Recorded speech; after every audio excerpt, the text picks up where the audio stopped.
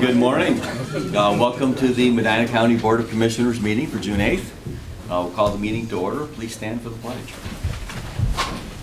I pledge allegiance to the flag of the United States of America and to the republic for which it stands, one nation, under God, indivisible, with liberty and justice for all.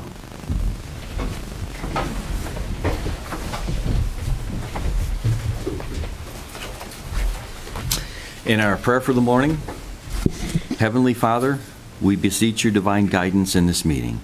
Keep us ever mindful of our obligations. Grant us, dear Lord, wisdom, tolerance, and courage, that we may well serve our county and fulfill our trust. Amen.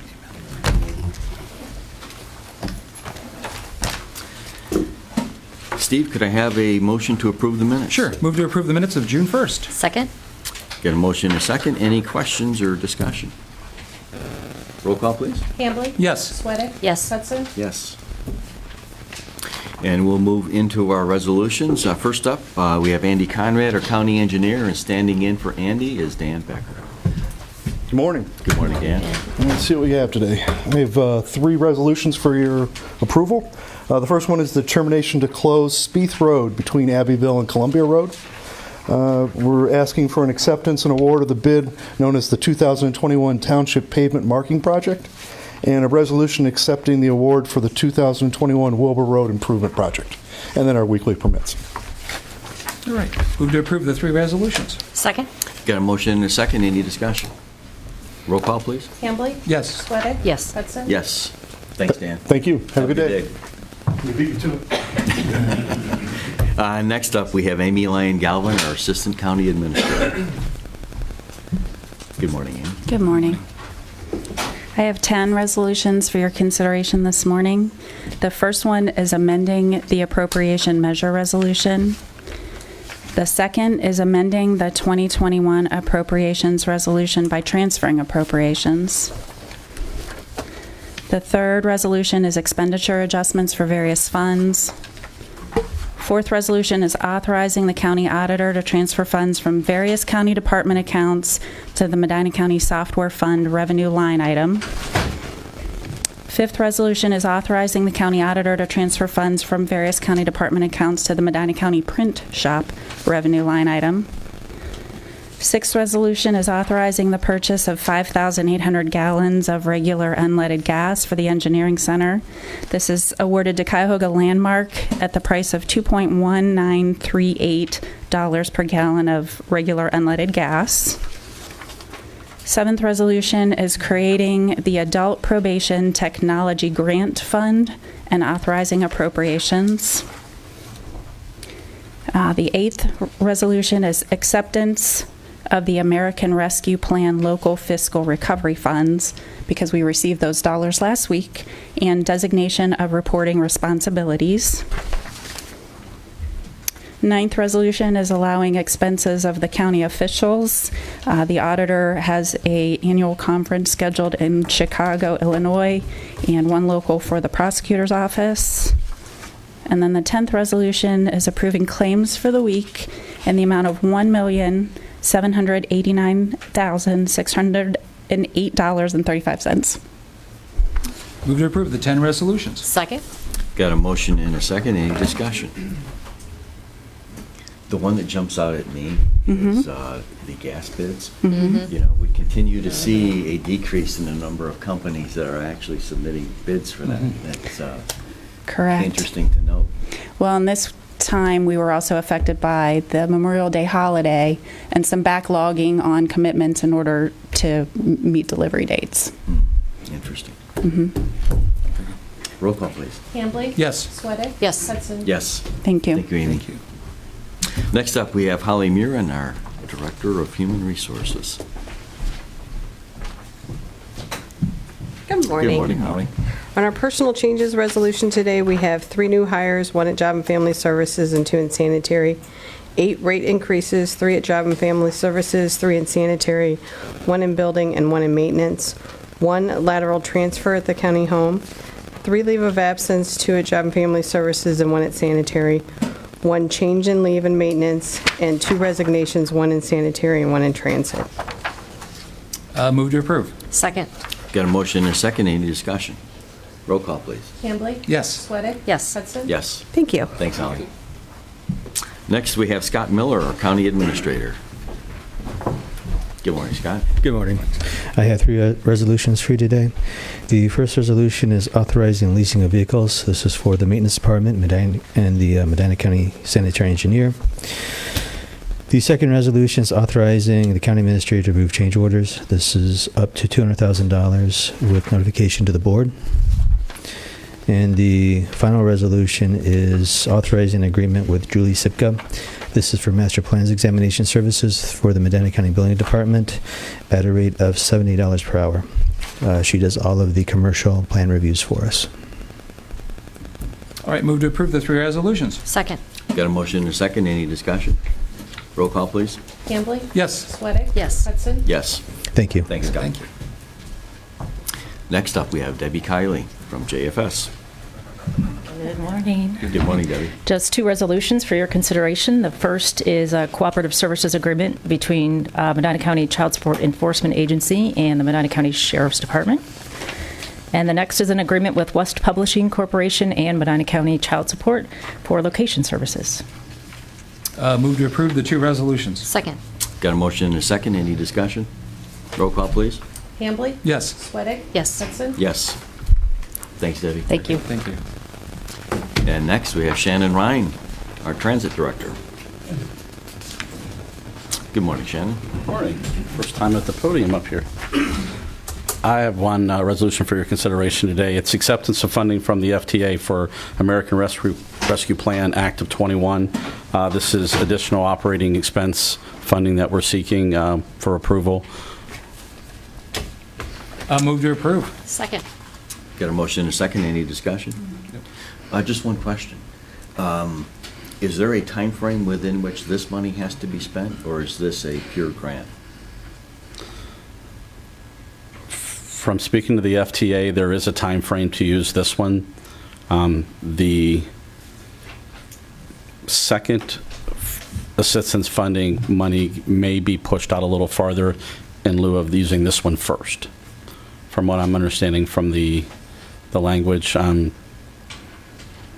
the operating money is good usually for 3 years, 3 to 5 years, depending on the grant type. This one may have some limits on it, so we're carefully looking at spending this first. Okay, perfect. Roll call, please. Hambley? Yes. Sweattick? Yes. Hudson? Yes. Thank you, Shannon. Thank you. We move into our department updates. Laura Toth from our Office for Older Adults. Good morning, Laura. Good morning. I'm happy to report that seniors are participating more and more in activities at the center with cards, games, and more exercise classes coming back.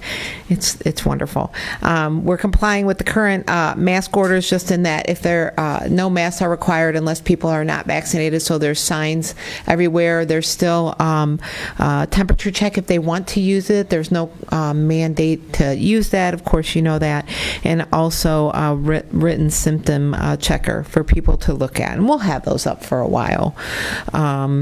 We also have hybrid activities. We're hosting exercise classes and bingo for those at home as well as in the center. So we have our Zoom set up, our Zoom classes set up, and then people can tune in and participate in the bingo games or the exercise center, or the exercise classes that are going on. And we hope to expand that because we do have, not only do we have 160 people that are on home delivered meals that are homebound, but we also have other people in the community for whatever reason may not want to come out, can't make it to drive-in, but might want to catch a quick bingo or something like that. So we're really hoping that that is something that can stay at our agency, that kind of hybrid, which is not up for any debate in any. I know there's some public meeting thing, but this is not. This is for our classes. We have begun weekly meetings to organize the restart of our congregate meals in Medina and Brunswick, which will take place the week of July 12th. That same week, we will cease offering home-delivered meals to seniors who do not meet the criteria of being homebound. So everything's kind of going back to the pre-pandemic model. Personal letters to each meal recipient will go out next week, either saying that the delivery schedule is going to change, because it is, or saying that as of your last meal delivery will be Friday, July 9th, because you don't meet the criteria for the regular home delivered meal program.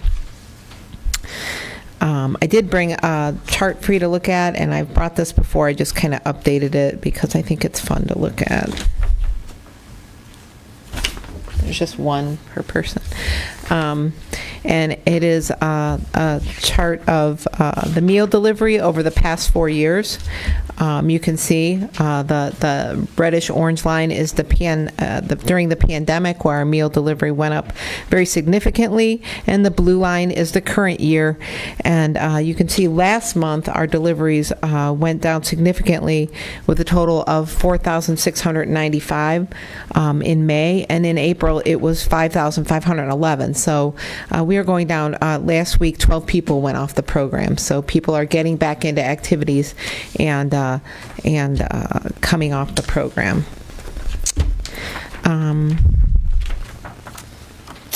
The Seniors Farmers Market vouchers are coming out. Oh, we were told that they'd be available for us to pick up last Friday, June 6th. That didn't happen. We will pick them up as soon as they are available. We pick them up in Cleveland. We pick up the actual vouchers, and we have to do a count with them to make sure the vouchers numbers correspond to the numbers that they have. It's much like, I always compare it to, well, I've been around a while, the old food stamp program where you would get the actual stamps, money stamps, and you would have to transport them. That's what these vouchers are like. It's actual voucher money, in paper form that we go and pick up. I did learn that we're getting 206 packets of vouchers. The packets are $50 each. That is up from 194 I think we got last year, so that's nice. And we are doing all voucher distribution this year through the U.S. mail, and then next year we will go back to having people come into the center to get their voucher distribution. Our curbside meals continue throughout the summer with events planned for June 23rd, July 14th, August 4th, and the 25th. Our parking lot bingo continues with 2 events in this month, June 14th and June 17th. Those are both in Brunswick. We have a large-scale event planned for Brunswick in August. We're not sure which Friday that'll be. We want to do a barbecue and a classic car show. And then in Medina on September 10th, we'll have a large event. We want to rent a tent, put it out in the front yard right in there. There's a huge, land in front of our building, between our building and Northland. Put up a tent, have live entertainment, a farmer's market, kind of an event. So more to come on that. Oh, very nice. And then we have June 15th is World Elder Abuse Day, and I believe you have a proclamation for that. We do. So how was Senior Day? Senior Day was wonderful. We had 175 cars. We had 37 vendors. If you were lucky enough to be the first group, you got through in about 20 to 30 minutes. The final group had to wait a bit longer. It took them about an hour and a half.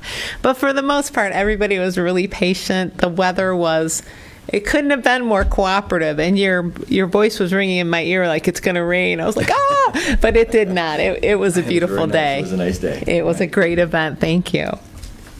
Yeah, good. I noticed Scott, he was looking at the conferencing equipment using the ARPA money, and included, obviously, your facility and so forth, and I had not realized that you were doing like yoga classes, things like that. Yeah. As well as bingo. I would have not thought about doing that. So And it works, yeah. I think that'll enhance their experience ability to actually almost be there. So I think I kind of like that. A really good proposal. Thanks. So if you win on Zoom, how do you get your prize? I have no idea. You have to mail it to them? Well, yeah, if you win on Zoom, you don't get a physical prize. We do have gift cards that we give people, something we can mail. Like usually the prizes are like home bigger things. Well, no. Or we have, if it's local, we probably would drop it off. I fear because too often on Zoom they end up, the screens freeze and you can't get on quick. Yeah. What's going to happen then? We get like 2 people. I don't know. I don't know if there's technical difficulties. I know it can be quite cutthroat as well. That's all right. I won't call bingo. I did it once. I've been here 10 years, and I did it the first year I was here, and I'm like, I'm never doing that again. All right. Well, thank you, Laura. You're welcome. Thanks. Bill, are you going to do the prep? proclamation? Oh, yeah, why don't we do this? Okay. We'll skip that. So we do have a resolution proclaiming June 15th, 2021 as World Elder Abuse Awareness Day. Older adults deserve to be treated with respect and dignity to enable them to serve as leaders, mentors, volunteers, and vital participating members of our communities. 2021 marks the 10th annual World Elder Abuse Awareness Day in Medina County. Its recognition will promote a better understanding of abuse and neglect of older adults. The National Center on Elder Abuse, Medina County Job and Family Services, and the Medina County Office for Older Adults recognize the importance of taking action to raise awareness, prevent, and address elder abuse. Ageism and social isolation are major causes of elder abuse in the United States. Recognizing that it is up to all of us to ensure that proper social structures exist so people can retain community and societal connections, reducing the likelihood of abuse. Preventing abuse of older adults through maintaining and improving social supports like senior centers, human services, and transportation will allow everyone to continue to live as independently as possible and contribute to the life and vibrancy of our communities. Where there is justice, there can be no abuse. Therefore, Medina County Commissioners urge all people to restore justice by honoring older adults. The Board of Commissioners of Medina County do hereby proclaim June 15th, 2021 as World Elder Abuse Awareness Day in Medina County. Encourage all of our communities to recognize and celebrate older adults and their ongoing contributions to the success and vitality of our county. Move to approve. Second. Got a motion and a second. Any discussion? Roll call, please. Hambley? Yes. Sweattick? Yes. Hudson? Yes. Should I have a picture? Yes. I don't think our picture guy is here. I'll do it. Oh, okay. We have the picture down. You're in the middle, you're in the middle.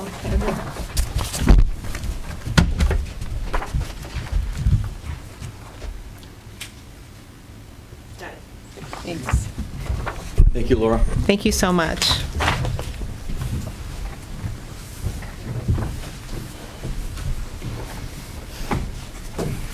Okay, next up, we have Kyle White from our OSU Extension Service Office.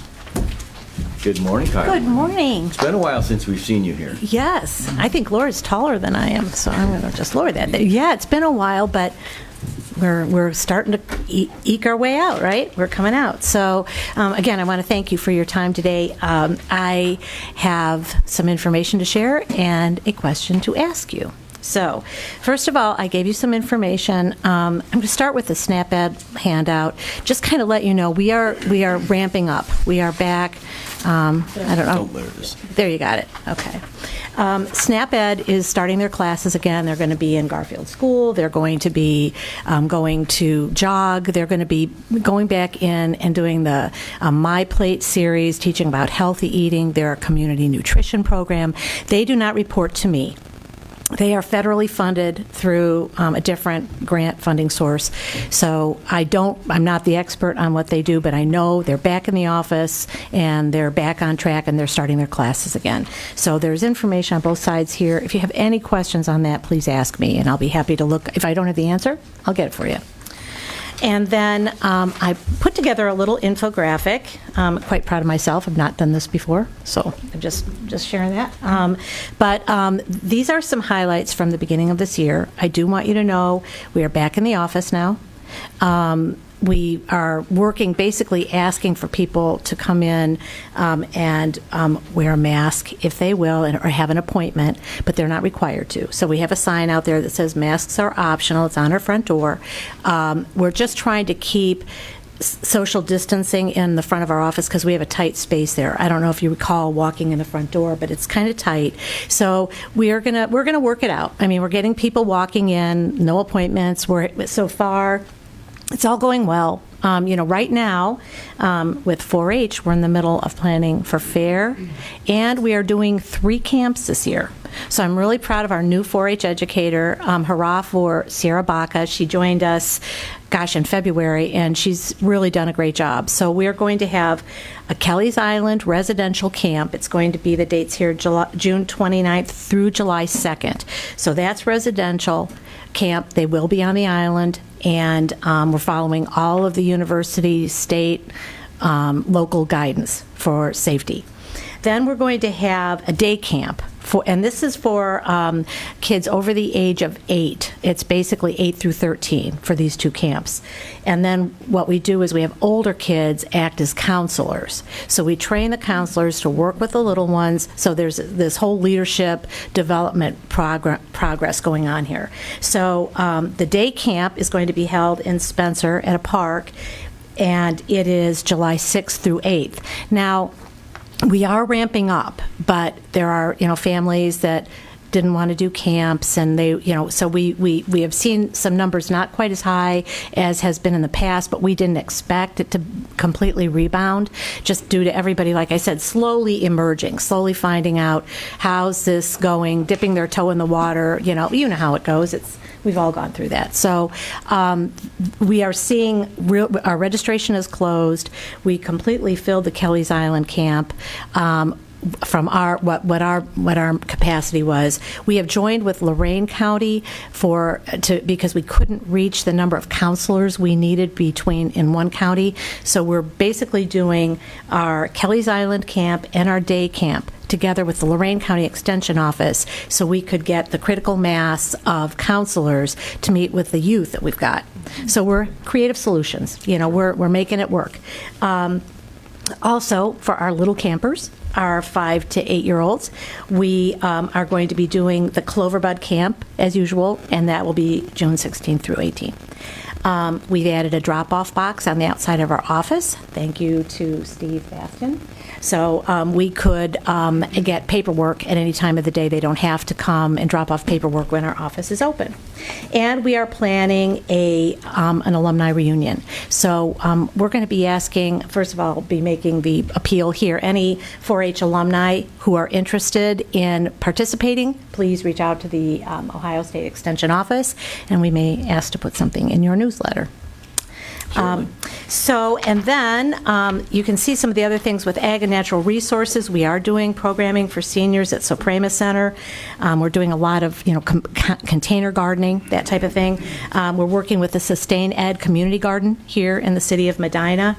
And we're teaching education on home food production, and that will probably move into the food preservation to the next level. Pesticide and fertilizer applicator training, that's this time of year, and we are starting a new Master Gardener volunteer program, and that starts in July. I'm going to go next to Family and Consumer Sciences. We're working with JOG, teaching basic financial literacy there. That is going to be followed by parenting classes. We're starting those this week for the JOG graduates, for the JOG participants. We also are partnering with Habitat for Humanity to teach basic financial literacy, which is a need in the community. Real Money, Real World. Are you familiar with that? Okay, that is a simulation that we hold in schools, and so we go in, it's kind of like the game of life. You get a deck of cards, you're married, you have 5 kids, you're working in McDonald's, you earn this much, you've got a car payment of this much, you've got a mortgage or, rent of this much, and the kids have to figure it out. So as the game progresses, they pull more cards, and, they get either better or not. It's like the game of life. And so it's really an interactive program for the kids. They love it. They learn a lot. We've updated the curriculum because the rent that we had in there was not at all accurate, and it wasn't setting the expectations correctly. So we've updated all that, and the program is ready to roll out, and these are the schools we're working with. Also, we're offering professional development to early childhood educators. We have a program for them. And for senior citizens, we have aging programs. We're doing a lot with Laura, and we do mindful wellness. So as far as community development goes, I wanted to share with you that, and I think you may be familiar, I'm working thanks to economic development. They referred me to the Economic Development Organization of Lodi in Harrisville Township, and we're working on a community revitalization project. The Government Academy this year, we had to do this hybrid Zoom thing because the University of Akron wasn't open for classes. I partner with Leadership Medina County, and we had 70 different people that attended 10 classes. Some attended 2, some others not. But we are going to actually change that. In 2022, we're going to change up the format. We're going to have a one-day all-day conference on a Saturday. That is what the survey showed. We think we'll get better attendance. We're lining up the speakers, and we've got some great speakers already, including economic development. So also, I started a STEM committee in the library because we knew that kids were congregating in the library after school. That continues under different leadership. It's our new program assistant, Rachel Chapman, has taken over. I'm going to be launching a special interest club in July with Let's Make a Difference. We're going to teach some basic sewing skills, how to shorten your pants, how to put on a button. So that's a 6-week class. We'll see how that goes. And now my request. I don't know if Scott gave you a heads up or not, but I am convening my advisory committee for community development again. And I've got a really broad spectrum of people from all different sectors, some in this room, as a matter of fact. And I am asking if any of you would be interested in being an advisor and joining us on this day, August 4th. It's going to be from 9 a.m. to 11 a.m. And it will be at the B Conference Culture Center. That's what it's called now, also known as the AI Root Community Room, but it's the B Conference Culture Center. And what we're looking for, I'm going to be sending out a survey. You know how I like surveys. We're going to send out a survey ahead of time so we can be somewhat focused in a 2-hour discussion. Look at the needs in the community and maybe come up with a project where we could do a collaboration or something where Ohio State resources could add value. So I wanted to invite you and ask you to noodle it over and let me know, or have Scott let me know if any of you are interested. We'd really like you to be a part of it because of your perspective. We're trying to get different perspectives. So I've got business, I've got healthcare, I've got education, I've got social services, we've economic development, we've got transportation, we've got a broad spectrum of people, and it really takes different perspectives about what people are seeing. So I invite you to join us. That's a Wednesday, correct? Yes, it's Wednesday. Yeah, okay. Yep, not a Tuesday. So any questions? So, yes, Kyle, what's the purpose of this meeting? So what's the objective that you're trying to come out with? What I'm trying to come out with, what we're hoping for, is to come up with some ideas for programming, for community development, in collaboration or by ourselves. So in the past, one of the things that came out of, we realized that we had a need for transportation. We realized that we had a need for a homeless shelter. Well, Ohio State Extension can't fix that, but that's where the Government Academy came out of, to help with some critical thinking and to bring some of these different ideas to our leaders. So what I'm hoping for, and this is several years later, that we can convene the committee again and come up with maybe a different idea or discuss what's working and what's not working, and just by finding out what's working, what's not working, that gives us a sense of direction. And also I do use my advisors to pick their brains from time to time. So that's what you'd be signing up for. 2 hours, maybe twice a year. And then that's max. And then phone call every once in a while, which I probably do anyway. But, just to say, hey, what are you hearing on this? What do you know about that? So if I understand, well, I know years ago there used to be an advisory committee for that community development. But they would always look then, of course, where the gaps are. In other words, where other agencies have the ability, authority, and they have the coalitions already put together. You wouldn't attack it, but it'd be one where the decision would be OSU Extension would support but not lead. Right. But this would be one where essentially you can say, well, can we adopt this as a program, and whether OSU Extension can go ahead and pursue it further and maybe help like a leadership role. Right. Not just a cheerleading role. Yeah. And you know what, Steve, if somebody wants me to be a cheerleader, we'll Sure. be happy to do that. But Commissioner Hembley. We really want to kind of get this group of people together that each see one part of the world and kind of see if we can come up with some type of common understanding that maybe none of us were aware of. It pops out. It takes more than an hour of discussion. Mm-hmm. So that's why we have two, because things just seem to pop out after a few minutes of discussion. So anybody want to volunteer? I would be glad to. Thank Great, you. Colleen. All right, Oh, yeah. you'll be invited. Thank you so much. But if you have some others show up, that's okay, right? Oh, sure. Okay. So Colleen's our designated representative. There you go. Good. All right, thanks, Kyle. Thank you. Good report. Tell you what, why don't we have a motion to go into executive session following public comment and discussion to consider the employment of a public employee? So moved. Second? Roll call, please. Hambley? Yes. Sweattick? Yes. Hudson? Yes. Okay, so now we're going to go into our public comment session. Do we have anybody? Of course we do. Mr. Frederick, you're up. You have 5 minutes. And you brought your signs. They'll be with me forever. It's been a long time since I've been here. Oh, Mark Frederick, 6146 West Smith Road, Medina, Ohio, United States of America, planet Earth, Milky Way galaxy, 44256. It's not hard to find me. It's on the mailbox the county dumped over 10 years ago. Mailbox looked like that. Shortly after their truck left, I got the tractor and backhoe out and we uprighted it. And I still haven't given up on these boxes and rocks, but I have to commend the county. The days of discrimination against these Germans with their mailbox and rocks are pretty much over. Because that list that I keep handing to the county engineer, one by one, those mailboxes get moved. You know, it's kind of nice to see that. Oh, I'm so out of practice on this, I just have to apologize. You know, this corona really screwed us all up. Make sure I get my 5 minutes. Ticket timer. Yeah, I'm pretty good at this, you know that. With liberty and justice for all. And that's the only reason I come. I ain't getting paid to be here, waste my time and gas. And I honestly don't feel it's a waste of my time or gas. I think I need to come as a representative of at least one in our community to speak up and tell our elected officials what's on our mind. Because they're not mind readers. And if all the sheeple sit back and do nothing and get fleeced, that's what's going to happen. And I kind of don't want to see that. You know, I'll limp up here with one knee and 11 less teeth since the last time you saw me. I started to say it's been so long I kind of forgot how to do this. But it's coming back real quick.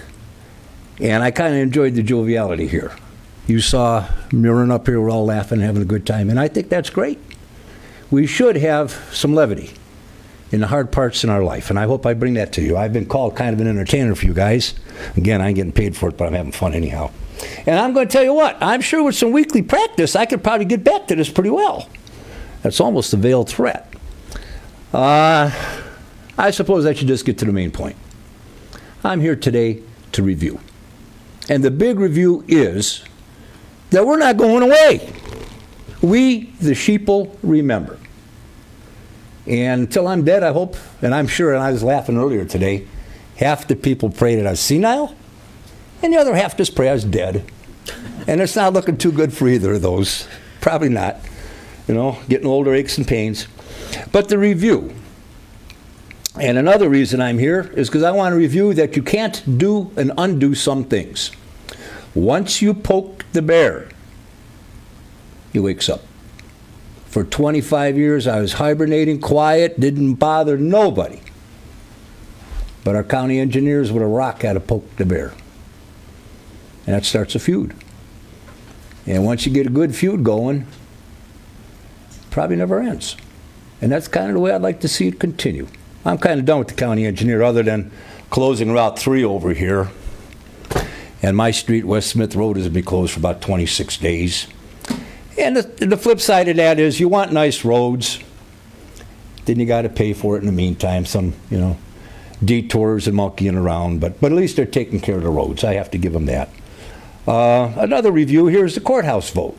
I kind of like the way that all went down with Medina City here. You know, we vote and then we vote again. We just keep voting until we get it right. And I know their figure is 38 million. And I also know the opposition's figures to that, counting interest and bonds and paying off and everything, is about 60 million. I kind of belong to the 60 million camp. It's nice to have nice things, a nice courthouse, but I'm not too sure that in the middle of a pandemic that we need to jump in over our head. I don't know if you guys are aware of Curtis Perkins. I was at the funeral this past week, and that's why I'm here. He says, Mark, you got to go tell him. And I'm telling you, he had such a rough time losing 2 of his kids. I couldn't imagine. Earlier today in this room, I started to cry because I thought about one of the dogs I lost. Been raising German Shepherds, police dogs, pretty good ones. Good one eats as much as a bad one. And if I'm going to limp out there on one knee in the middle of the snow and shovel, you know what? It better be out of a good dog. And I cried over losing my dog Blackberry. Can't imagine a son or a daughter. And this ain't an act, guys.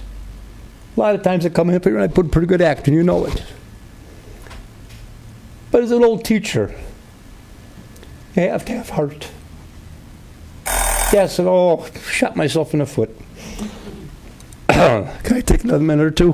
One more minute. Anyhow, Curtis ran into some problems with Medina General Hospital. His son was admitted and transferred. And we know there's HIPAA laws. They played that game with me in Cleveland Public Schools. And I fought back, I always do. But the HIPAA, and you can't make me violate federal law and tell you what's wrong with me and blah, blah, blah. What's wrong with you? I'm sick of this place. Well, Curtis bumped into the HIPAA law with his son, too. Basically from a lippy nurse in the ER. And I just bring these things up to let the people and the commissioners in this county know what's going on. And the bottom line to that one is he did get a phone call from the president of Medina Hospital about 8 p.m. that night apologizing. And the information he sought was given to him. But I mean, that's something. So feather in the hat to Medina Hospital again. The Dakota Movie Studio, which was cooking around across the street from me, about 115 acres. I heard that it died. Curtis told me that at the funeral. And so I called. I get it straight from the horse's mouth. This old teacher does his homework. So I called Gant yesterday and asked about it. And that movie studio, I don't know if you're aware of it, is still going underway. They closed on the land, but because of the cost of materials, it's going to be delayed. It's pretty big, 128 parking spots, 3-story office building. I can go into details. Back to the main point. Review. Government waste. We have to keep them accountable. We're not going to let the government be the tail that wags the dog. We're going to growl. We're going to bark. If we need to, we'll bite. But we're going to keep them in check. Elections have consequences. Look at the gas pump. Look at the cost of lumber. Part of the reason that movie theater thing isn't going down right now is because of the cost of materials. $6 sheet of 4x8 plywood is up to about $56. Round it off 10 times higher. Elections have consequences. Real estate. Mark, can we corn. wrap it up? Everything. I guess I'll just have to come back and wrap it up again. I'm just getting warmed up. And I kind of, you know what? I honestly believe that I'm welcome to. I've never felt really, I know I have made y'all happy, but I've never felt not wanted here. Thank you. Thank you, Mark. Can't guarantee it, but if I can limp around, I'll see you next week. God bless you. Sounds good. Thanks, Mark. Yep. We have someone else? Please, come on up.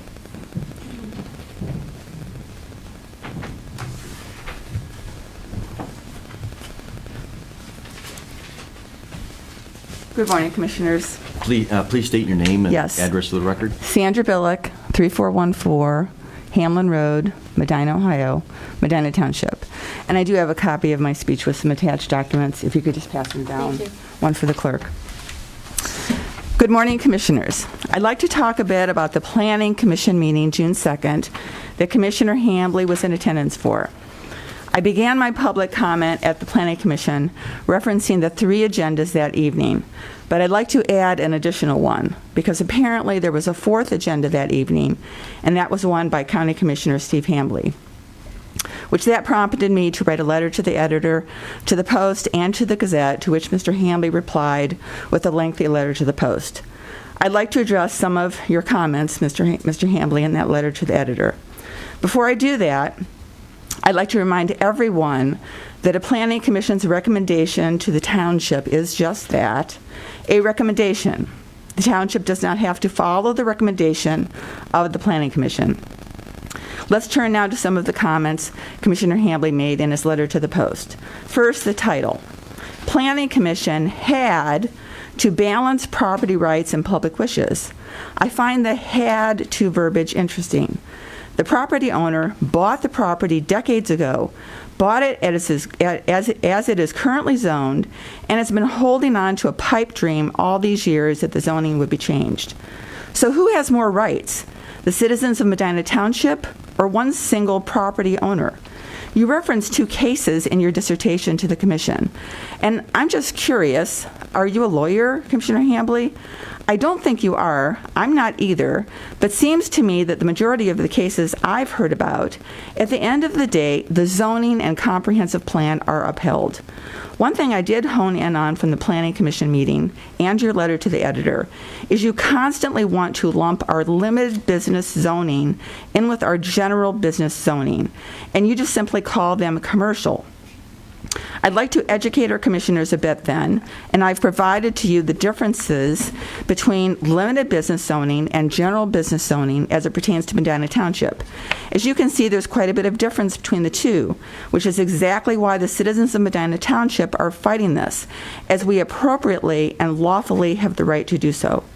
Then you make the statement that public agency concerns raised about traffic impact, on-site septic, and lighting were all addressed and remedied.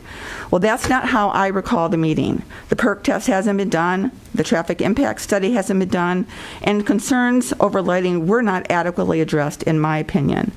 You wrote, the legal rights of the commercially zoned property owners deserved comparable, if not equal weight in making the decision. These factors were not part of the staff analysis or taken into consideration by the staff. Well, you are not a lawyer, and I am not a lawyer, but I don't believe that the staff director should have considered the legal rights of the property owners. Then you state in your next paragraph and reference that the property has been commercially zoned for as long as I can remember. My rephrasing of that, and probably a more accurate one, is, yes, the property owner has owned that property for decades with the zoning classification of limited business. Bought that property as limited business, again, hoping someday it would change. You then state that Sheets officials and their attorney demonstrated a sincere interest to prevent this project from becoming a starting point for full commercial development. Really, Commissioner Hambley? I find that statement to be ludicrous. Then you talk about Ohio Supreme Court cases involving unreasonable restrictions on permissible uses within commercially zoned properties have been ruled unconstitutional takings. Is Medina Township's comprehensive plan and zoning unreasonable? I certainly think not. Again, reference all the permitted uses under limited business. Then you state, a comprehensive plan, no matter how well intended or representative of the public sentiment at the time of adoption, does not have the legal nor the moral authority to take away someone's property rights without just and fair compensation. That is the law and part of our U.S. Constitution. You talk about the U.S. Constitution. What about a township's legal right and obligation to enact their own zoning resolution and comprehensive plan? Finally, I believe the staff director's recommendation was the correct one, to disapprove the map amendment for Medina Township. And I would ask that my statement please be entered into the record with the attached verbiage of LB zoning and GB zoning, along with the goals of our comprehensive plan in Medina Township. Thank you very much. Thank you. Anyone else?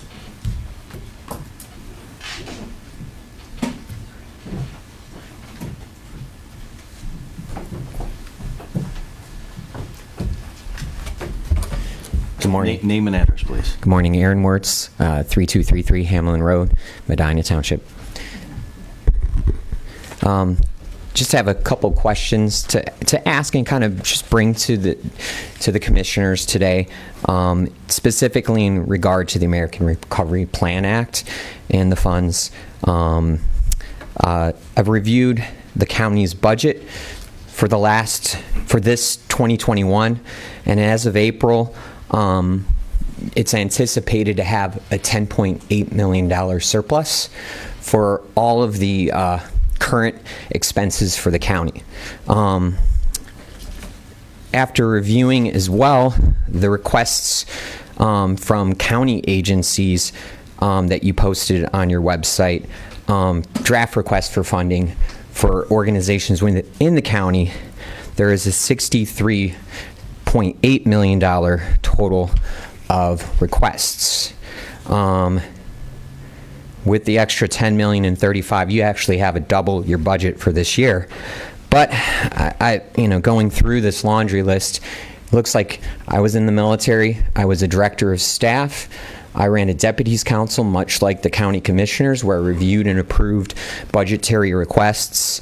And looking through this, you can probably already see there's a lot of just threw it out there. I need this. I want this. I don't think it fits with the intent of the American Rescue Plan. And I think that you've already stated in the previous meeting that you're going to not release funds or expense it too quickly. There are some requests I think that you should be aware of, but I would also just say that yes, this money is to be used for the county, but it doesn't mean that all that money needs to be used for county agencies. I'm going to go through real quick through the American Rescue Plan Act and just kind of bring up some things that I believe that are important for our community, whether we find it through an agency or funding and appropriate that way. Enhanced behavioral and mental health services. This is under support public health response.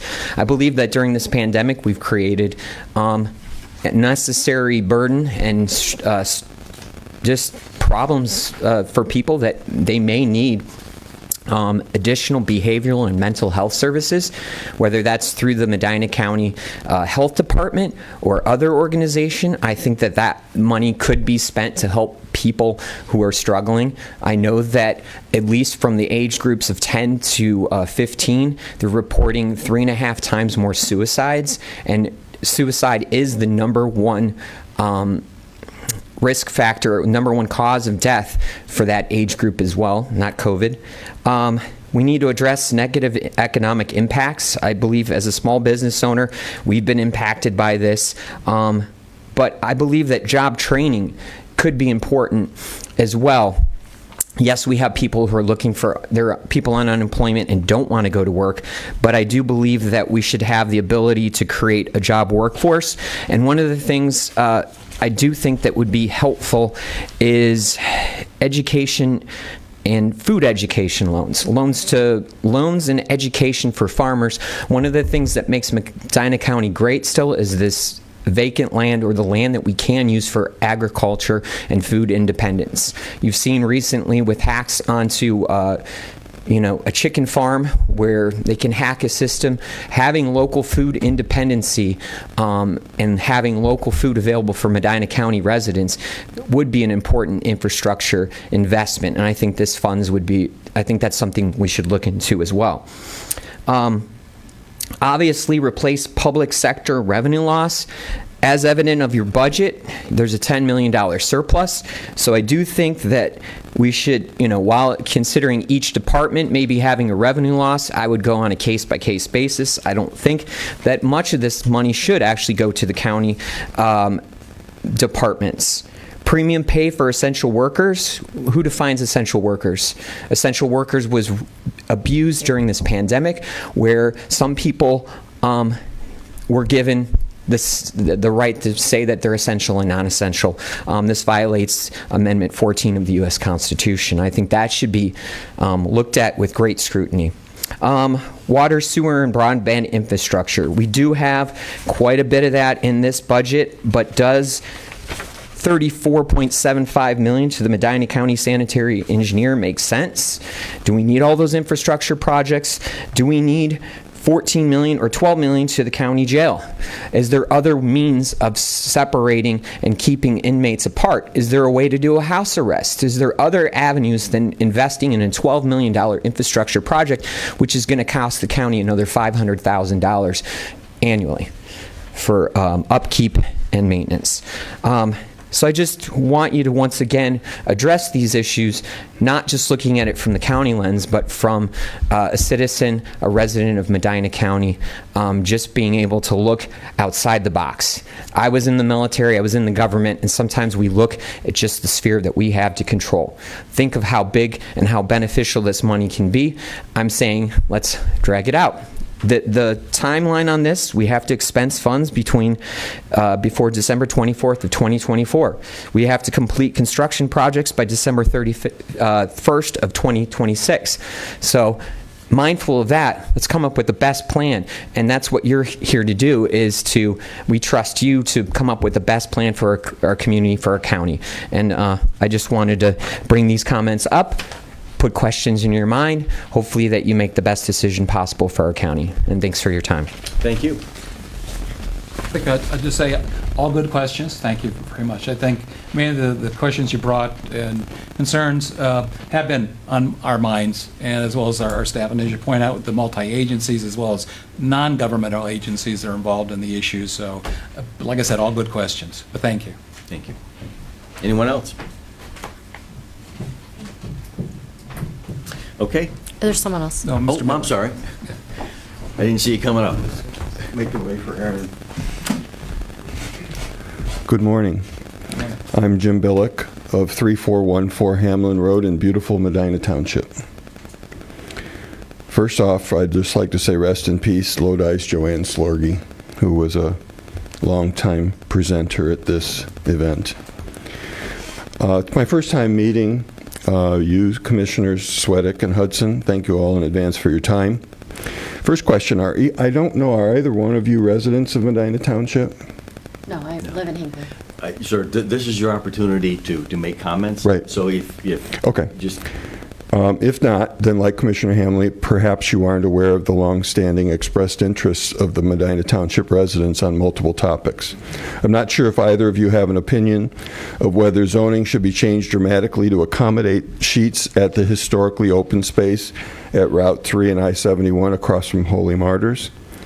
I noticed neither of you attended the MCPC meeting. Perhaps it wasn't relevant enough, or maybe you were too busy, or you were not fully informed yet of all the details of the matter. And again, I'm not sure, perhaps you had discussions with Commissioner Hamley to represent the entire body's views at that Medina County Planning Commission's session. So I'm not sure if you had any prior conversations with them or with Commissioner Hamley to, again, present a united view that Mr. Hamley seemed to represent at that meeting. I'd like to further point out that all of a sudden, Commissioner Hamley was in attendance at that session. Zero attendance by any of the commissioners since, I'm assuming, the obligatory January kickoff session, with all three commissioners going back in January. And then all of a sudden, nothing for 6 months. And then June comes up, and Commissioner Hamley says it's time to go to the meeting. I'm not sure if Commissioner Hamley has ever met any of the Gersbacher family before that meeting, or talked to them, or perhaps their attorney or the attorney's firm. I know that Commissioner Hamley has gotten multiple contributions from Ohio Realtors and Realtors PAC in recent years, and surely he must have known that Gersbachers were participants with that entity. So if I'm looking back accurately at the details of contributions, ongoing ones from the Realtors PAC, law firms, Trucking Association, energy groups Spectra and Enbridge, who were builders of the Medina fracking pipeline that you supported, and of course First Energy's HB6 bailout that you voted for, if I'm not wrong. Apparently, Sheets music suits your ears and now has your full endorsement. At least Commissioner Hamley's. Again, I don't know where either of you stand on the matter. I'd be very happy to hear that. Given all this, I'm just curious what might be the agenda of Commissioner Hamley. Increased tax revenue with visions of Route 18. Finally, there was a colonel in A Few Good Men who said, "You're putting people's lives at risk." Well, with a change in the traffic patterns involving about 5,000 cars a day into Sheets, and then those same 5,000 cars have to come out of Sheets. It's in an already very congested interchange. And piggybacking along with Aaron, that's a great idea. Let's put some crops in at that intersection instead of a Sheets gas station. Thank you so much for your time, and again, nice meeting you. Thank you, Mr. Relic. If I may, I just want to make it clear, I voted as a member of the Medina County Planning Commission, representing a commissioner. Each of them have that. We all attended the January meeting. I would, as you know, all the Medina County Planning Commission meetings have been primarily remote. It was only more recently that it became, we had in-person available, and it is a meeting that I did have interest in, knowing that this was potentially coming up. So any of my views expressed either in the letter or then was never to portray that that was the view of the board, but that was my view. Don't appreciate ad hominem attacks, obviously, that have nothing to do with this matter. And just a reminder, it was a 7-2 vote of various individuals representing other entities of government, city councils, as well as other township trustees and other positions. So at this point, I'll just offer that was only make it clear, that was only my view in the newspaper as well as on the board of the Planning Commission. Thank you, Steve. Thank you for that clarification. I appreciate that. The vote was 7-2. None of the voters were from Medina Township, I should add. But they represent folks across the county, and we all three appoint alternates that Right. regularly attend those meetings.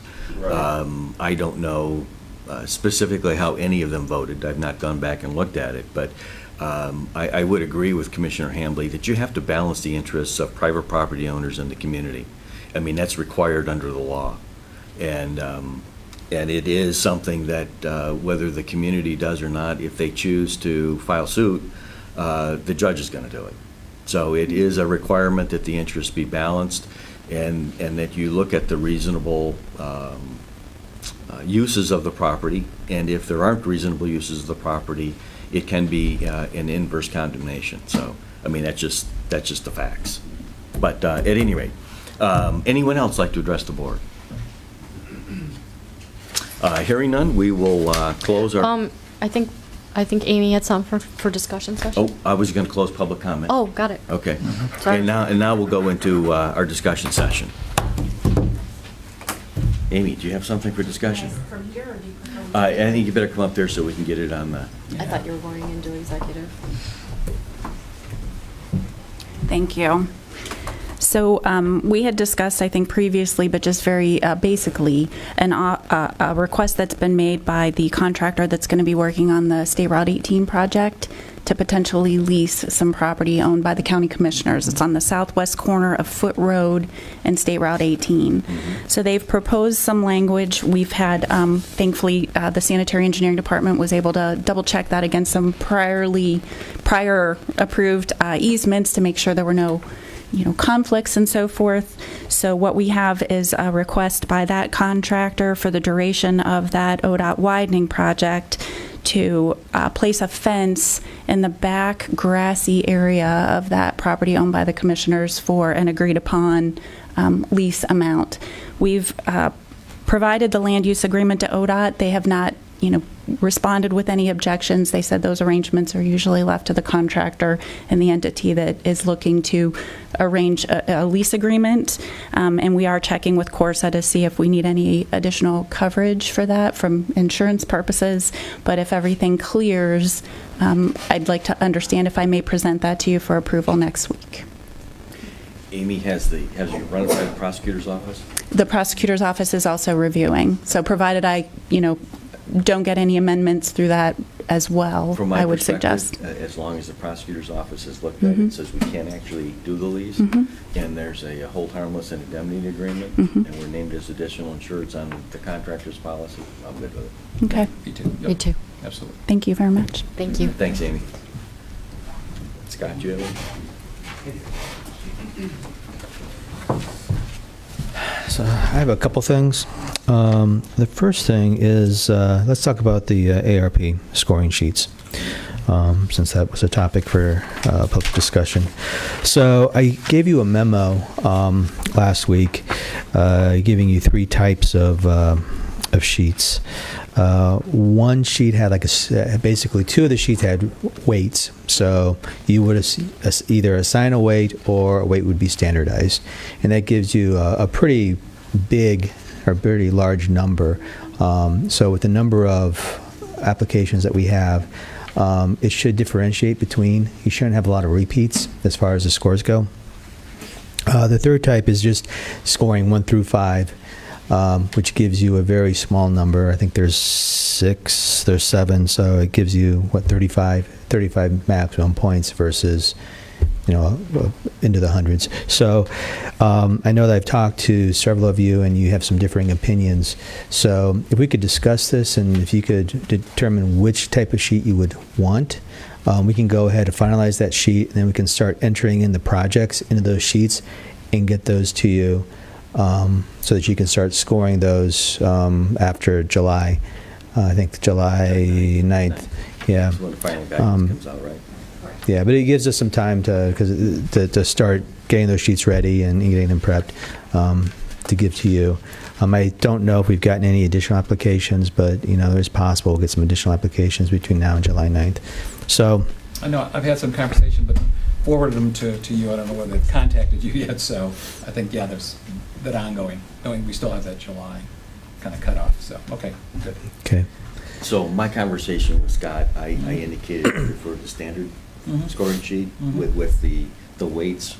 We can predetermine the weights, and then we can go in and score them accordingly. Frankly, I prefer both. I like the one with basically the rating and the weight that we can basically variable. So it gives us more degrees of freedom, actually, as I indicated, and be able to kind of spread out some of those proposals. You don't think we could come up with a standardized between the 3 of us in discussion for each of the weights? I'm not sure whether we could. Yeah, you might It'd be in a compromise, like 2.5 versus 3.1. I'm sorry. I just think the standard is cleaner. But if we each discuss the individual standard weights.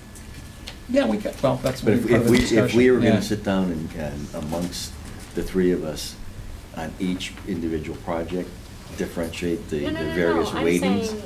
You're saying standard weight too. Correct. Yeah. So this. Yeah, I mean, But we have to decide the weights together. Right. Agreed. Right. But I do think it should be a standard weight for each project and each commissioner, if we decide the weights. Okay, the weights themselves. So, that's unimportant. That's the one with the 2 asterisks, correct? I'm talking about it could really get.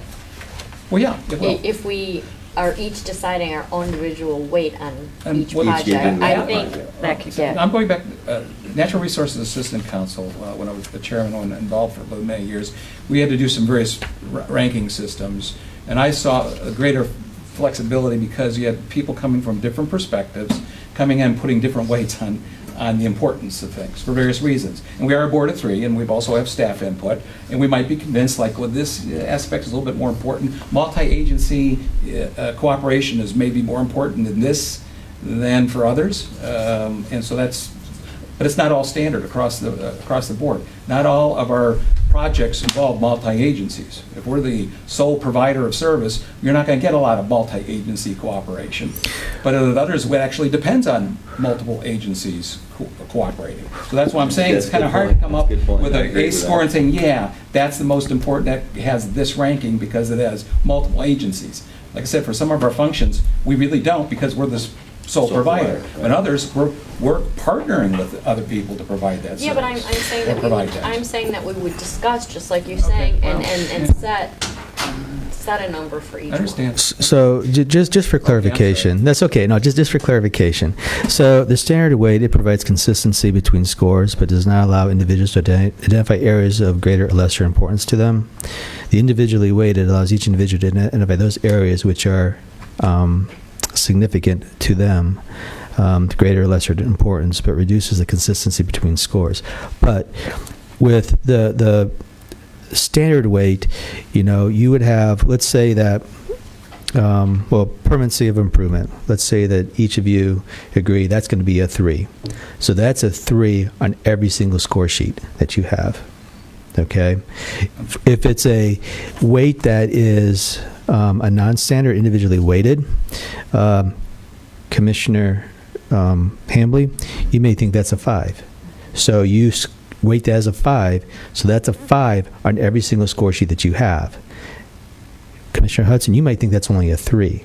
So you put a 3 in there as that weight, and then that's that weight for every score sheet that you score.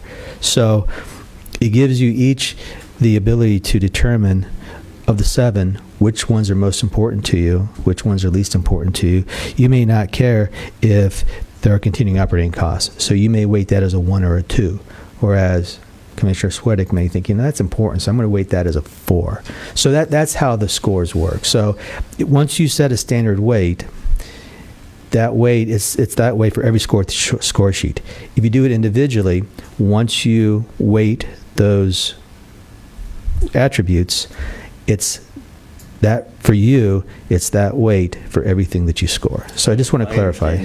Steve's perspective, he's going to change that relative No. weighting Exactly right. on any given project. No, Ladder has utility for many people. If you got 4 operating limbs, you want to reach a roof, great. But if you're in a wheelchair, a ladder's useless. Mhm. So what we have here is, I guess we're not paying attention to the utility of that category. In other words, like I pointed out, you have agencies that they don't operate because they're the sole provider. Multi-agency. We have others, that's what they solely depend on. So I would give that a greater, for those that depend on it, that's a greater importance. For the others, it's not really important. Right, but that's where the rating comes in. So if you have something weighted, if you have something rated as a 1, okay, and then you say, well, this really isn't important for this project, I'm going to give it a 1 rating. So your score is. Your final score for that attribute is 1. But let's say if it's a project that it is applicable to, then you would rate it as a 5, which then gives you a score of 5 for that attribute.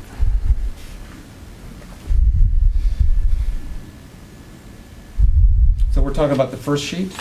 Well, we're talking on mine. My numbers got changed. I don't know if your numbers got changed or not, but my numbers got changed. The first 2 sheets I think that you have are a standard weight, and then the next 2 sheets you have are examples of a non-standard. Yeah. Right. So either one works. I think either one works well. It just depends on if you want to have more consistency between the scores, or if you want to have the ability to determine which attributes you think have greater or lesser importance individually. I like the weight set by the individual. That's, variable. Well, But that's me. so as long as the 3 of us are going to score them, and Amy is going to take those 3 scores for all the given composite. projects Yeah. and develop a composite of it, I guess we could do it that way. I think it'll sort itself out, Yeah, frankly. right. And some of them, then, we're going to have to then to agree. And based upon conversation, we may change the scoring, right? Correct. We may, because this is only a reflection of us view at whatever it's the time, understanding that project. Some of those may come in there, we have to have a better understanding, in which case, like, oh, you're right, that's more important. Or we're going to say, well, maybe not as important. And we just agree, that's all. I mean, I can work with that. Can you work with that? I can work with that. Okay, thank you. Okay. Okay, so what we'll need each of you to do then is we will need each of you to look at the criteria, the attributes, and then just let us know which ones, what type of weight you want to put in those individually. So and then you'll we'll do create that. the individual sheets for 3 of us? Yeah. So once. Wait, Steve, are you changing your weight for each individual project, or are you going to set weights on the categories and use them universally for all of them? No, not universally for all of them. See, that's Okay, that's option 4. I don't think that will make any difference, as long as we score the projects. But he can't put the weights in then. if they're gonna be He changed. doesn't need for- to, right? Yeah, you'll have to do it yourself. We'll do it ourselves. So that wasn't an option, but we can do that. So What sheet are we It talking wasn't an about? option. What sheet are we talking about now? It Well, wasn't it an would have to be option one of the first four, because that's what has the weights. So you're going outside of what the recommendation is, which is fine. It's just Let's get something, Further discussion. We got plenty of time. we here. do have plenty of time. We got time to work this out. Yeah, I just Really think, do. I'm no hurry. yeah, I just think it's going to be a problem, because on some, I mean, on some projects, you may have one attribute weighted as a 1, Right. but then what are you going to score? Are you going to score it a 5? You're going to score it a 1? But And then on another at- project, you're going to have it as a At the 5. end of the day, though, it's the mathematical computation. It is. That we're looking Well, at. And whether you score a project I can- 100 or 250 is the important. How you arrive at that number can be left to the individual, Well, which is what Steve Yeah, give you is an advocating. example, the permanency of the improvement. The permanency improvement is, I mean, it's just a basic, actually, it's a basic qualification if it's greater than 5 years. I almost don't want to give it any weight. It's like, no, it better last longer than 5 years, or it may not be important to something. If we're going to put a building up, it better last longer than 5 years. I'll just say that. That technology equipment we're talking about, that may last 5 years. I hate to say that. Right. You know, so I would end up saying, well, maybe if it's not going to score very high for me, if we're going to say, oh yeah, this is relatively important, it's like, well, you're investing in technology, it has its utility, and to expect it's But going to they could- it'll last maybe So 10 they're years, not gonna like but take it's. the scores and then average them when a Yeah. score could be 500 and a score could Yeah. be So 30. can I make a recommendation? really Yeah. very. Yeah, can I make a recommendation? Because if you're going to do it the way that you want to do it, Yeah. the weights don't mean anything. So what I would recommend is that you just rank each category 1 through 20 or 1 through 25, and that way you will be able to basically accomplish what you want to accomplish, where you can rate something. If it's going to be more than 25 years, you put in, or more than 5 years, you put in a 25. And it accomplishes the same thing. It's a lot easier because we don't have to add scores up or go through the mathematics. So we'll just rank 1 through 25 for each of the attributes. That'll get us. You want to create this sheet and let us take a look at it. Yeah. So we're going to have a weight between 1 and 5. Not anymore. Okay. So, well. I know, he really, Sorry, your well, way really does so take the if- weights if- out of it. If I use Yeah. a weight between 1 and 5, and then a score between 1 and 5, and Steve uses a weight of between 25 and 50, and a score between 1 and 20, mathematically, his numbers are going to be enormous relative Yes. to my Right, numbers. right, exactly. Yes. Agreed. And so then if we're going to look at it and say. Yeah, I know. It doesn't. It's called it doesn't gaming make theory, sense, where you end right. up, yeah, we're going to top, Yeah. all my priors are going to get the highest I'm number, and gonna yours use- is going to get Right. the highest. I'm going to use Yeah. mine times an Yeah, I know. exponential number here at the end. I don't think that's gonna work. I don't know. Commissioner, may I make a So- comment? Does it really matter how the rating of your score, if it's a ranking, you have 120 projects, and we only have funding for this, it's the top ones that meet that goal, that $35 million. Top 20 projects, on average, what's their average ranking on yours? It's 1, 1, 1. You're probably gonna come up with a lot of the same projects being ranked the highest and of the most need and the best service to the community, and your ratings really don't. You're just ranking them. You're ranking, this is my top priority. And if that doesn't come, then maybe a metric to actually score it. But I think a ranking is, simply put, this is the most important project that we could spend with this money.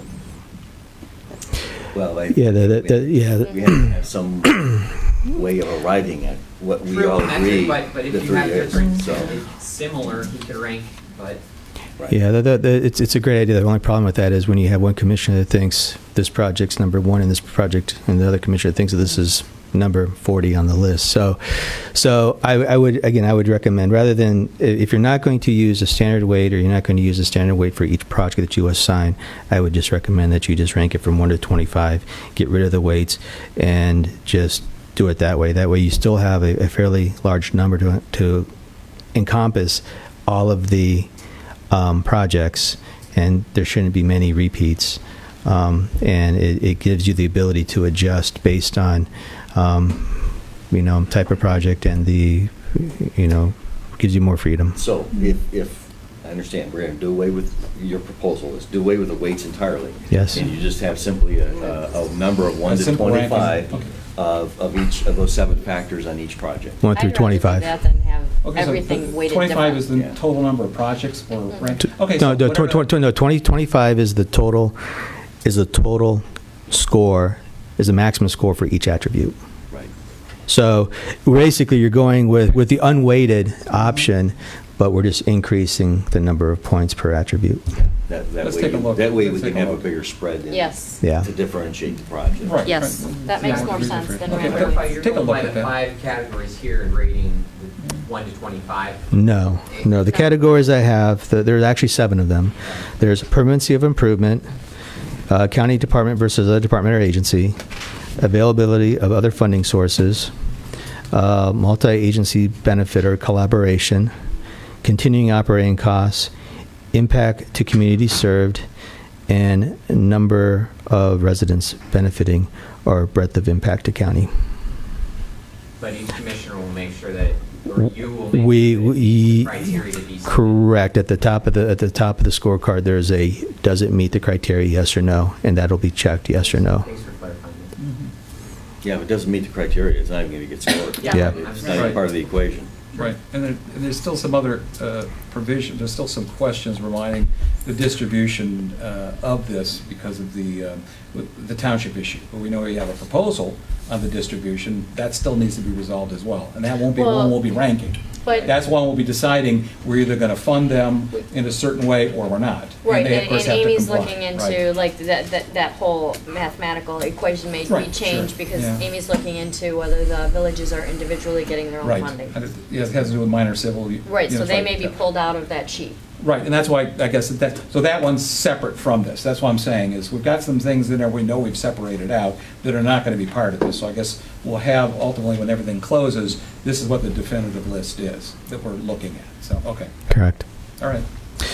Okay, the other thing that I wanted to mention to you is you had asked, I think it was last week, we talked a little about the ClickShare for the conferencing equipment for the various county buildings. I know that I believe the state has removed the ability for public entities to have meetings remotely for the time being. I don't know if that'll be put back into the budget or not. But I do know that we have, the remote meetings it's now part of business. It's something that we're going to continue to do. So I put together a revised list of locations, with those locations that could potentially still have public meetings remotely if they continue to allow us to do that. It's also conference rooms where department heads or elected officials or other agencies actually meet with maybe state agencies or federal agencies or vendors or contractors. And in my case, it's architects and contractors.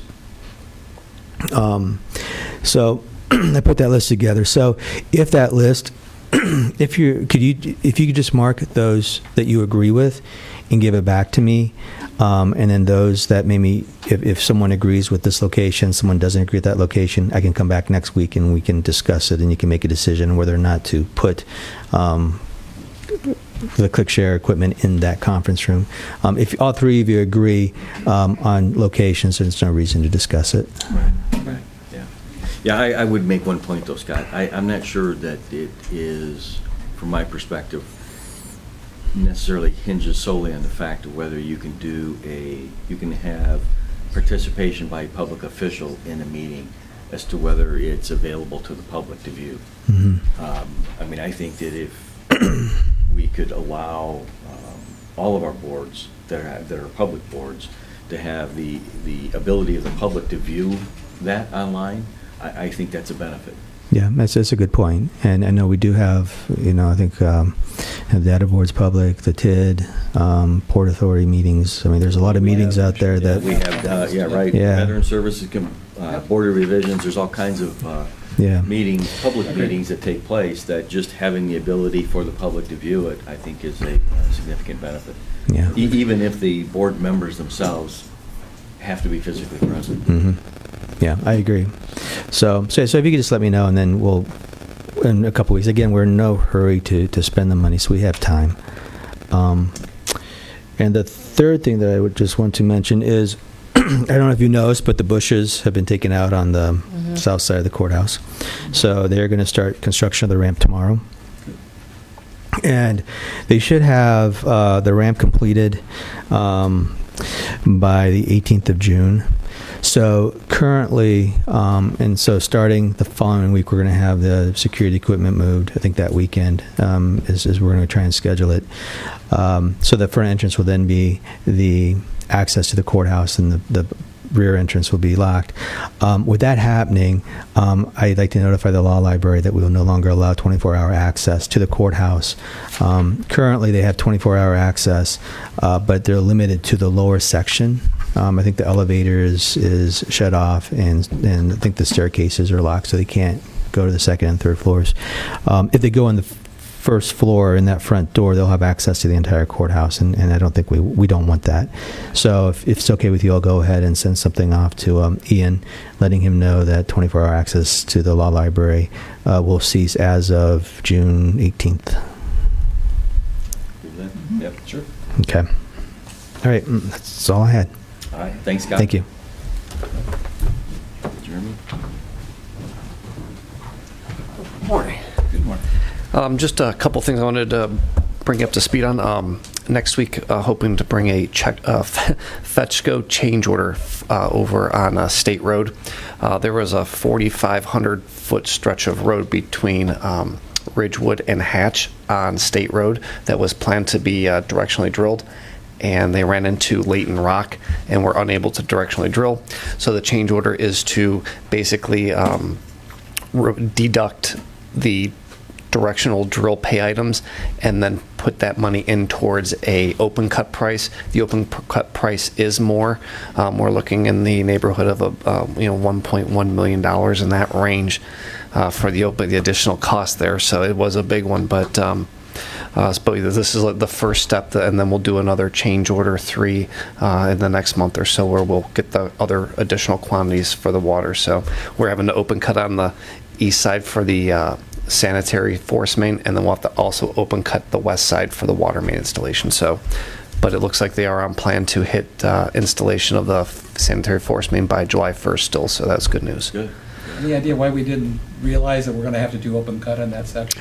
We did do soil borings in the area, and it was just an area that that we don't do soil borings. So Right, I know. yeah, so it just we knew there was rock in the area, but I just didn't realize it was going to be too much of it. Correct. Yeah. And then the other, next week, I think I'm going to have resolution for design services with Rolling and Hosever. They were over on Center Road west of Waggle. We're going to get that water main, they're going to get the base map together so we can start to design on that. So moving forward with some water projects. Good deal. Thanks, Jeremy. Yep, thank you. Thank you. Sure.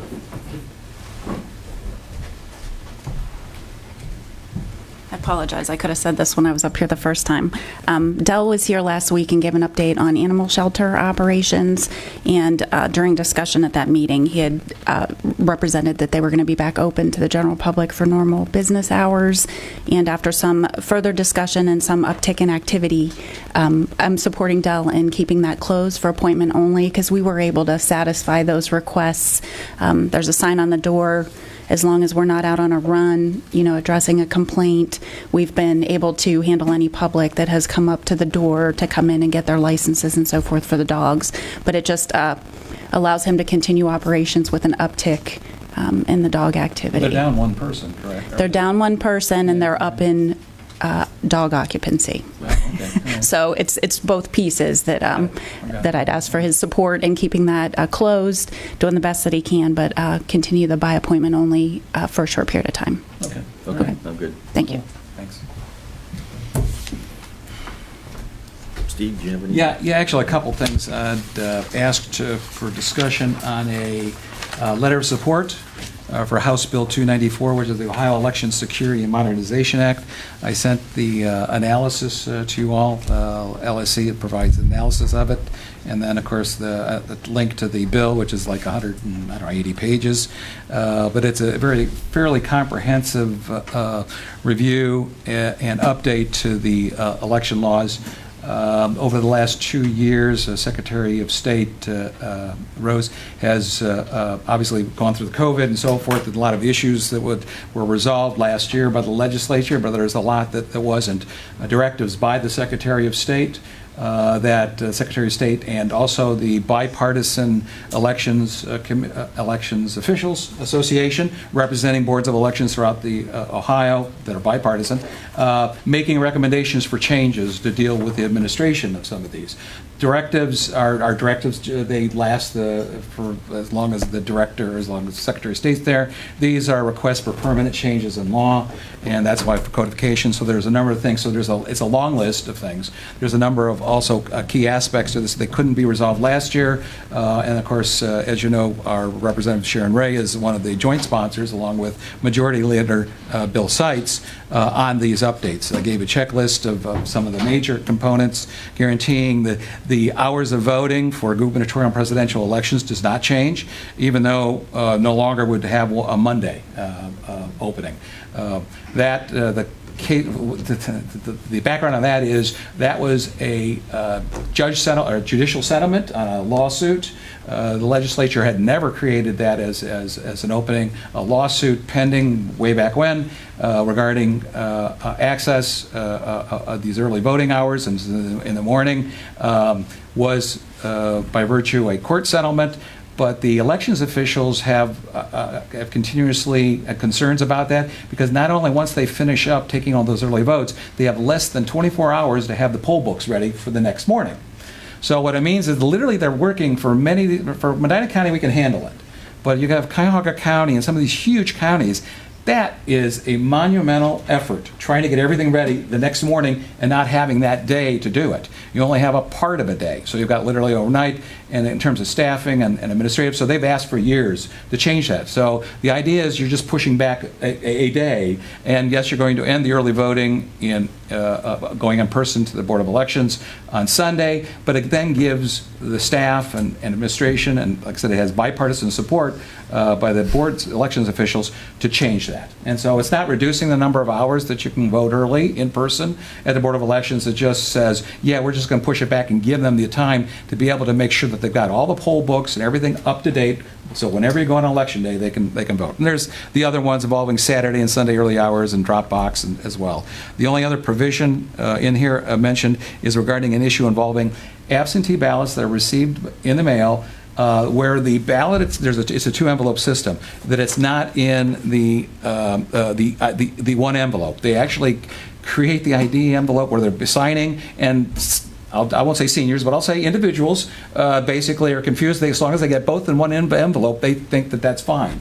Boards of election normally have said, yeah, that's a technical error and we can't count it. Others have said, no, that's okay, we can cure it, to make sure that the identity, if it's sealed, it's sealed together. So this just codifies that and says, yeah, and makes sure it's uniform. What is being proposed is that literally a bipartisan team directed by the Board of Elections would oversee the cure of that, so that you're not discarding just because of a technicality of an absentee vote that gets returned.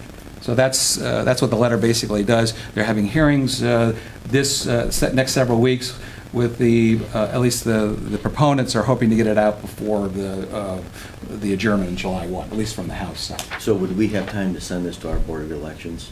Oh, yes, sure. Yes, we could. Sure. Okay. Sure, good. We could. Other than that, I'm generally good sure. with the letter, but I do think we ought to run it past our local board and just... Oh, agreed. Agreed. I just want to get... At least let them know. No, and I'm going to get your approval first before we send it over. I'm good with it. I know their association has been weighing in, and they've been meeting. It's been long past time that all the boards of elections could use Monday for game day preparing. You know, I mean, Yeah. you didn't even get to vote. Well, you didn't even get to vote the whole day on Monday anyway. So That's you're right. not even taking a full day off of it. Right. Yeah, and that was like I said, it was a court settlement between the Secretary of State, some voters groups, and a judge, and it didn't involve the elections officials saying, we're not sure how we can do this. In the large counties, in our county, we're okay. We work extra hours, but some of the large, can you imagine? I mean, Hamilton County and some of the others, it is a problem, and it's a very costly one. So that's, in terms of process, we want to make sure that obviously it's free, fair, and above reproach. So, but I agree. We'll send it over to them, get their input, and maybe we can end up we've got I think 2-3 weeks before we can send it in anyway. So, okay, Good deal. super. Thanks. You want to talk about the NOACA? Oh, yeah, sure, yeah, that would be fine. Well, the one I wanted to bring up was the facility planning maps. There's a map amendment or a change that's coming through. Brought to my attention when I saw the packet last Friday. And this, I guess, the concerns, this involves what they call prescriptions for water treatment area. We've got large areas that have been defined historically as part of our facility planning area, and whether they will have additional sewers within sewers within the next 20 years, and of course areas delineates where they have on-site systems. And I mean, I know Jeremy and Amy have been doing this for the last year or 2 years, trying to come up with a more precise description of what parcels will have access to sewers. And I think it's important to the development community, important to property investors to know whether they're going to have sewers or not, whether they can. Then, of course, this is based on current criteria, which is policy-driven, as to whether you're going to have pumps or not, or are you going to just do gravity sewer. Historically, we've maintained, for a lot of historic reasons, no, we're going to have gravity only, we'll fight anything other than gravity, but that's a policy decision because the technology has improved and some counties allow other than gravity. So given that decision, they were able to come and identify and go over physically, knowing the best they can know, with certain elevation, knowing the elevations as to where they could potentially sewer. What that has done is taken out of, if you will, of those delineated zones, I don't know, I think if I read it correctly, about 16,700 acres that are no longer, would now be basically on-site systems, and at least communicated to the property owner that given our policy and given what we know, it's going to be on-site, not, and that's clearly a benefit. On the other side, because we're using this mechanism of incorporating it within the 208 Water Quality Plan, the trade-off of that is then you're allowing another entity to determine, which is the NOACA board, to determine where you're going to expand your sewers in the future. They can, and I know that when it comes to this prescription category, they can, they're at their board level. I know historically they've been good to work with, give or take, I guess, what the issue is, but it would give them the ability, their board, to actually say whether that additional parcels would be sewered or not. And so literally what we've done is turned over that governance mechanism, that switch beyond what the Board of Commissioners or what we would determine. This does not affect the Lodi facility planning area. This does not affect the village, Westfield Center, where they would have future sewers. It wouldn't affect the village of Seville, would not affect Wadsworth. We're there because there's a standing agreement as to whether they would extend or not, and whether they might in the next 20 years. But we are going to take all this and basically turn over that acreage ultimately to, and that's my concern, and I've had the conversation with obviously Amy and Jeremy and Scott about this, turning it over and allowing the NOACA board to determine that if you wanted to add another parcel, add another area with that to allow the sewer, and for whatever reason you say, okay, oh yeah, we were wrong, I guess we can do gravity sewer, or we decide no, it's a pump station's warranted, we would have to, that would require the approval of the NOACA board.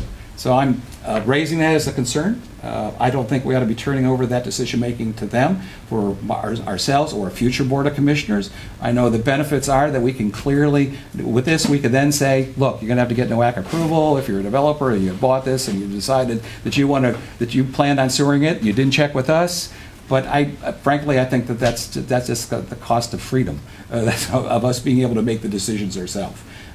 Without having to look to NOACA and going through a process which has in the past been reasonable, and you've developed good relationships, but I still think you still are turning over that governance decision up to a higher level, being a regional board, as opposed to the Board of Commissioners. Like I said, none of the other FPAs or Spencer or any of them would be affected by this, but the county system would. So that's where I'm at. Mike, I know it's on the agenda for Friday. I guess my request, I prefer this, that we would withdraw the application or at least table it for further discussion, asking the NOACA board to table it for future conversations. We're still having conversations, obviously, with the board on a lot of other long-range planning and other issues, especially as, the 208 water quality plan is, Bethany, actually, when she sent out our notes about the long-range transportation plan, the Chapter 6 still repeats the goal in the clean water plan that we will not to encourage new development in greenfield sites. And that's exactly what sewer extensions do. They encourage development in greenfield sites. But Not on all sites, because you could do it. Exactly. And whether it's greenfield or not. Right, but- right, exactly. But nevertheless, a lot of Yeah. Medina County is greenfield. Yeah, as you can tell, but the point is whether it's up for the local entities. We know that when we extend sewers, we have the cooperation, and it is compliance with zoning. We've been out there and we've supported Granger Township in the past on litigious issues involving the extension of sewers. We would continue to support local control, but likewise, the closer we keep the control in Medina County, I would feel more comfortable than turning over the decision-making to a metropolitan planning agency board, which obviously involves the majority, not Medina County.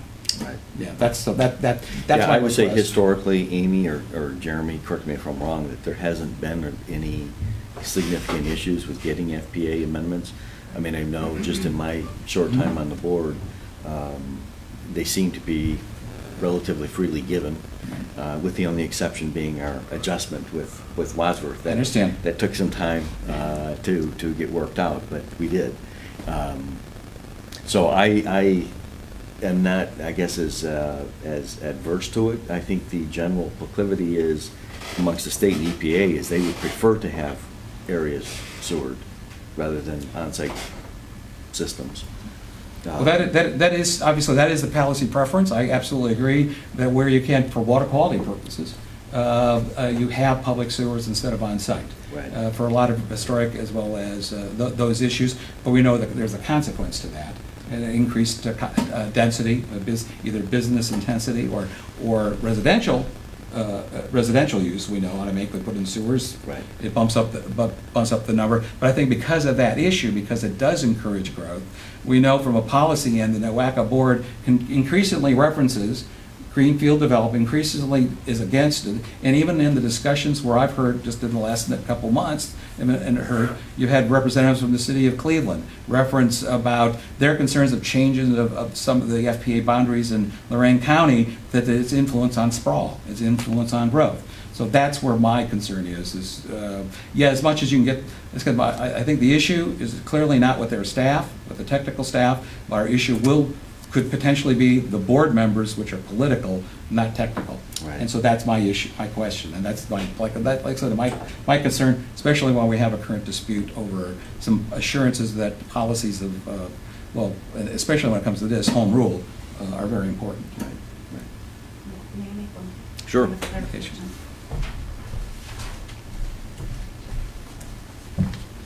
I think the commissioners are bringing up very good discussion here. There is, as was represented in that email, when we were able to overlay the topography to the areas in which we could serve, there is a significant area that is being demonstrated as being removed because, to the point made earlier, it can't be served by gravity.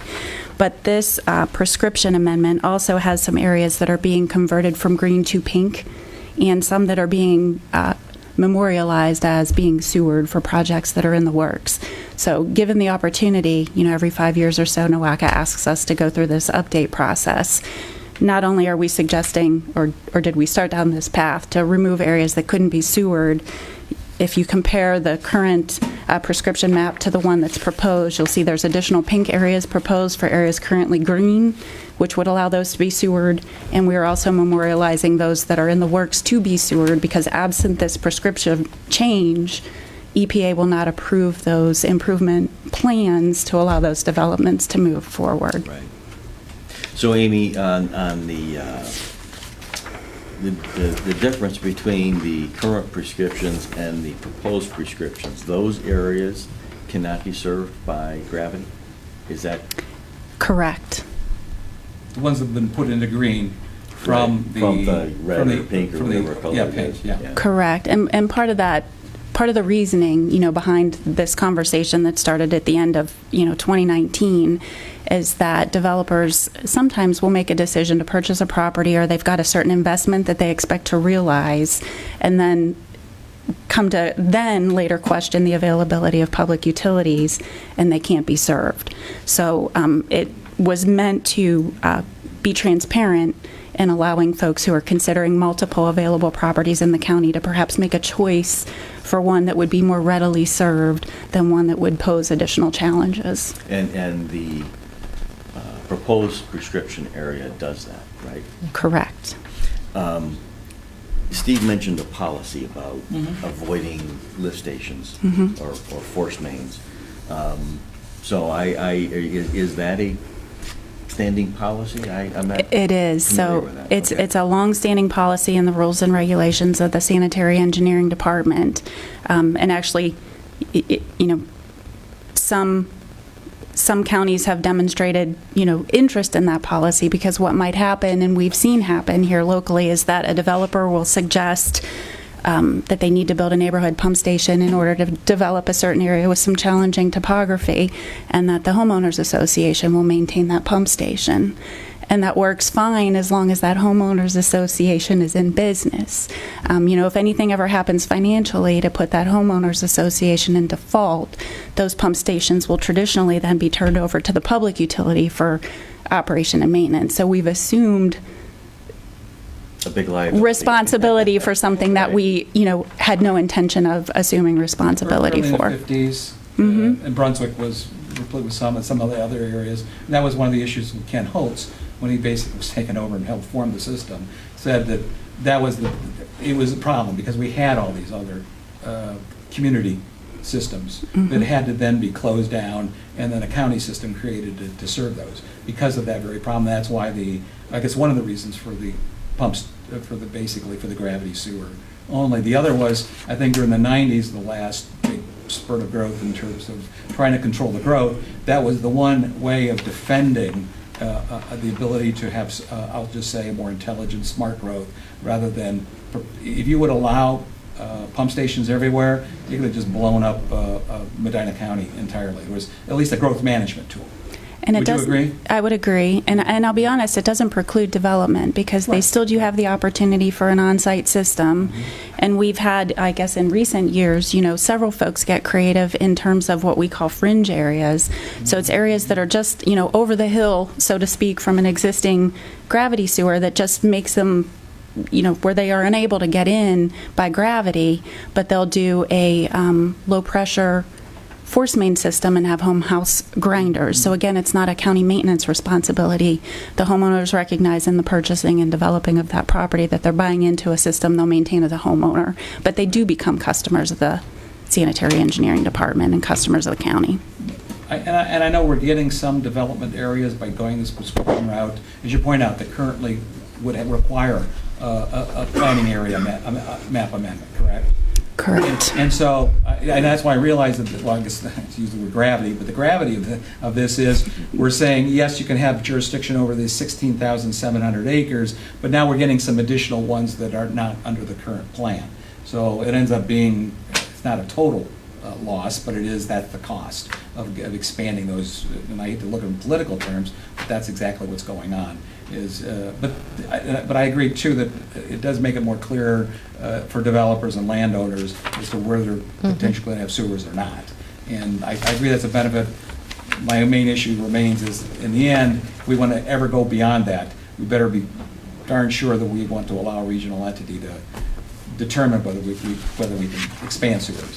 So we modify this map every 5 years? Typically, we try to modify it every 5 years. And NOACA, quite honestly, is, at the water quality sub-level and with the staff are oftentimes involved. We've even had communities reach out to NOACA trying to prompt a decision to be made by the county, and NOACA doesn't have that authority. The authority in the request that goes to NOACA ultimately lies with this board as, the agency that's making the request for change, whether it's to add or to deduct. In other words, it has to start here. It does. It has to start here. And the ones that Commissioner Hudson referred to as passing through smoothly. I mean, 99.9% of the time, these are all mutually agreeable requests. It's only when there's, large service areas or large revenue streams that are at Or dispute between at dispute. a dispute between providers. Correct. Right. Correct. Which I sided with the county. I just put that up. And we thank you for that letter of support from back then. So I guess, Steve, I understand your concern. If the areas that they're taking out are not areas that we would traditionally sewer anyhow, I'm not sure that I am that concerned with it.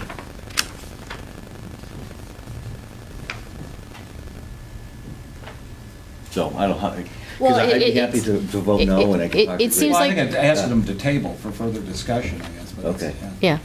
It seems like it's been standard operating procedure to have sanitary engineers department submit this to WACA periodically, correct? I just wanted to bring it up for discussion. I'll I ask still him have to the table it. concerns. I'll Okay. ask him to table Oh, it. thank We can talk more about Sure. it, investigate it a little bit more. Okay. Thanks. So, anything else, Steve?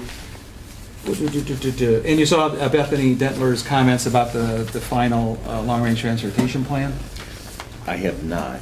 Yes. Oh, Although okay, I all right. did, Yeah. got online again and looked at the long-range plan. Mm-hmm. It doesn't seem to have changed much. No, it does not. From the prior versions of it. There's a couple things that did. Yeah, right, Well, yeah, but yeah.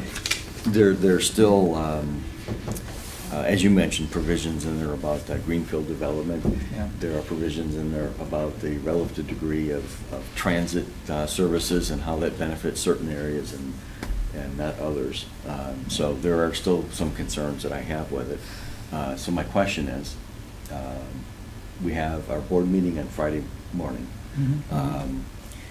Does Medina County want to support the long-range plan or not? I do not. I did not. Agreed. Okay, all right. I want to point out, we did make some, that analysis of how to make incentives work, where they specifically went into the tax incentive. They did remove that, as Bethany pointed out, actually, they removed that reference entirely. They rewrote that whole paragraph, if you will, but when you go down to the end, they didn't change their conclusion. So Well, Okay. They just the whole didn't direction tell us of the how they came plan to the is conclusion. Cuyahoga County It Central. is, but yeah, Okay, okay.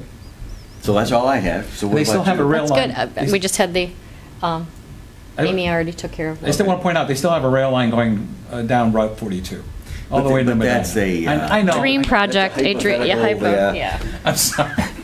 It's like having the rail line going down to Columbus and Cincinnati, down the middle No, of 71. actually, there are You existing remember that? lines you could use, but this one's, Yeah. yeah. There's a lot of investment. Talk to the mayor of Strongsville. He's got some strong opinions about this. Okay, anything else for discussion?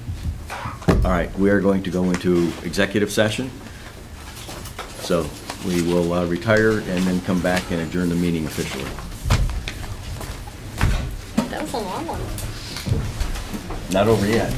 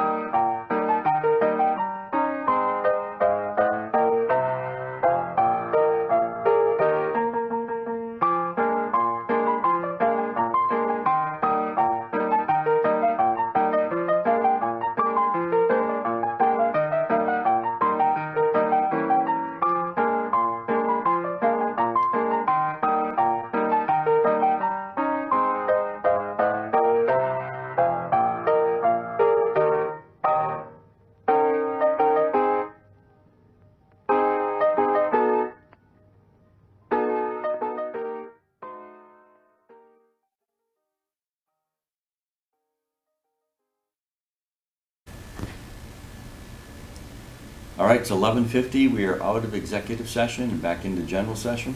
Move to adjourn. Second. Roll call, please. Hambley? Yes. Sweattick? Yes. Hudson? Yes. Thank you. Have a great week. Thank you. That was long.